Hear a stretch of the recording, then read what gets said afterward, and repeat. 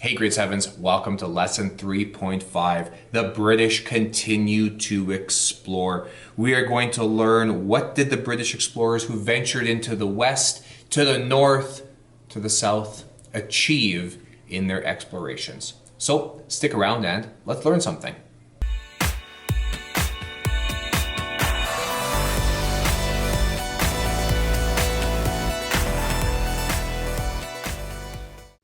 What did the British explorers who ventured into the north and west achieve? Welcome, everybody, to lesson 3.5, where the British continue to explore. Well, what do we know so far? Well, so far we know that the First Nations, the trappers, they came to the British forts to trade.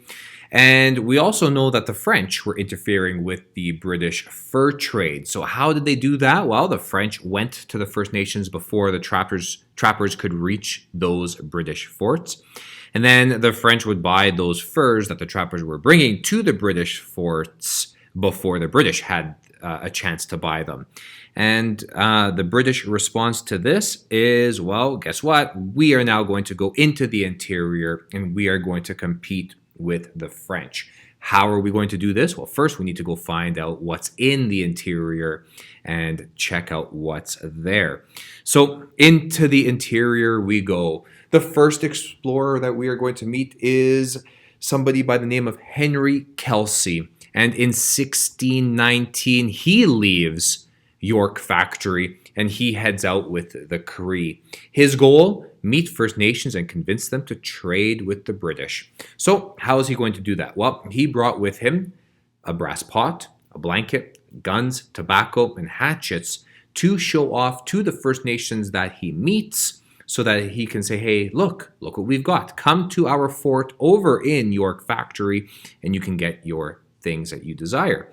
And Kelsey traveled by foot and canoe to the south and to the west into the grasslands and prairies.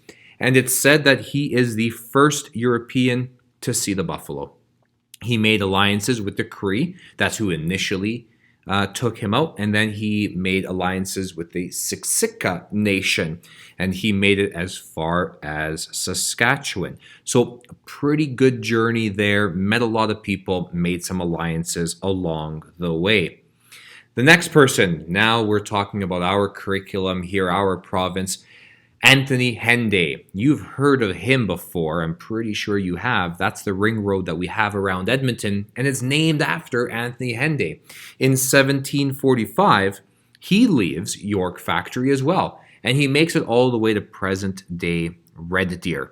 And as he's going, he's making additional alliances with the Siksika Nation, and the Siksika Nation treated Anthony Hende very well. And they developed this relationship, and Hende was trying to convince the Siksika Nation to trade for profit. And he's like, listen, you guys, you can make a profit on all of these beaver pelts that you have. But this is different. This is a new idea for the Siksika. And they weren't sure about it at first. So they left him, Hende left the Siksika with that idea, with that thought, and left it for them to ponder. So we have going into the interior. We've got Kelsey going into the interior, Hende going further west into Alberta. But what about the north? Okay, who's going up north? Samuel Hearne is going up north in 1770, so little ways after Anthony Hende. He leaves the fort of Prince Wales, and he hears a rumor from the Dene of gold and copper on the shores of a very distant river.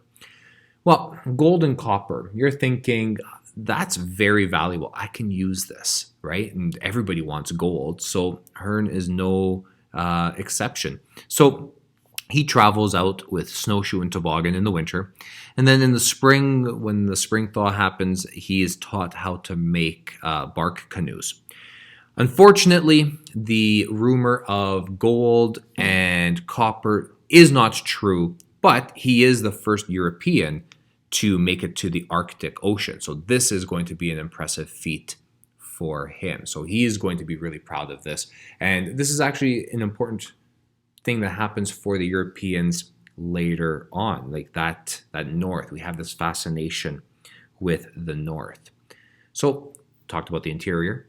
We talked about Alberta. Now we've talked about the north. What about the other side of the country, the Pacific coast? So we often think of the British only being on the Atlantic.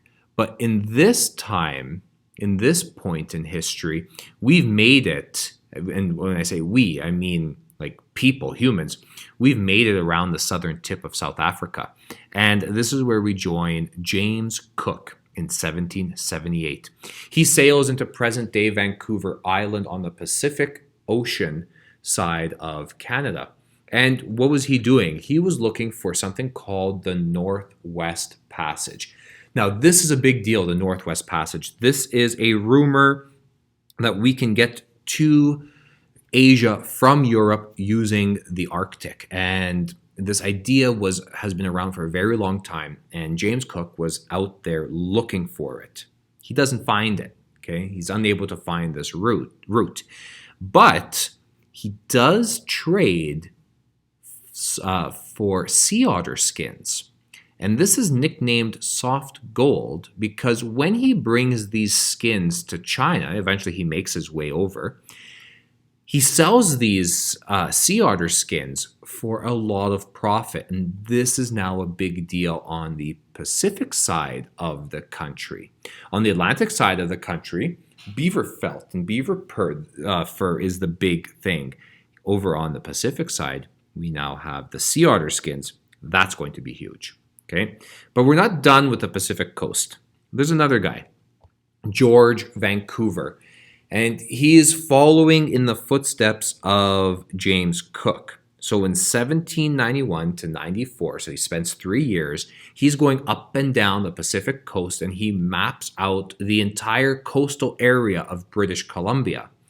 And he proves that there is no access to the Northwest Passage. Okay, so he proves that, yeah, you know what, guys, that's impossible. That's not happening. It doesn't exist. Now, George Vancouver, that name should sound very familiar to you. Vancouver, it's Canada's third largest city, named after George Vancouver. Now, we've got all the major areas of Canada being mapped out, the north, the interior, and now the Pacific coast. And all of this leads to the British forging their foundations for creating Canada. Along the way, the British see the value in building more colonies within British North America, and these colonies are providing the much needed resources that England wants and needs, and they're sending these resources over to England. And along the way, building these colonies, they're making contact with First Nations, and every First Nations that they meet, those nations are going to be altered forever. This contact that the First Nations make with the Europeans is going to change their societies forever. I've mentioned the Northwest Passage before. What is the Northwest Passage? Well, there's always been rumors that there's a passage through the Arctic which would lead to a shortcut to Asia. So what happens is the British sent explorers out during the brief summer melt that takes place in that water, but it's never a success. And Sir John Franklin in 1845 and his crew disappear while searching for this passage. Finally, they're found frozen to death and their ships crushed and all that kind of stuff. And this idea of the Northwest Passage kind of falters for a while until Norway, Roald Amundsen, finds the passage in 1906, but it took him 3 years to make it through to the other side. And it was deemed an unusable passage because of all of the ice that is there. Now we know that the ice is melting, but at this time it was an unusable passage. And this brings us to the idea of ownership. Canada has claimed sovereignty over the Arctic since the 1880s. And the land that's up there is under Canadian control. The islands that are up there, under Canadian control. The Northwest Passage, it's under Canadian control. but it's constantly being challenged. Our sovereignty is being challenged. In 1969, the Americans challenged it, and they took a ship into the passage without asking Canada's permission to enter that passage. The United States argued, well, this passage belongs to everybody, right?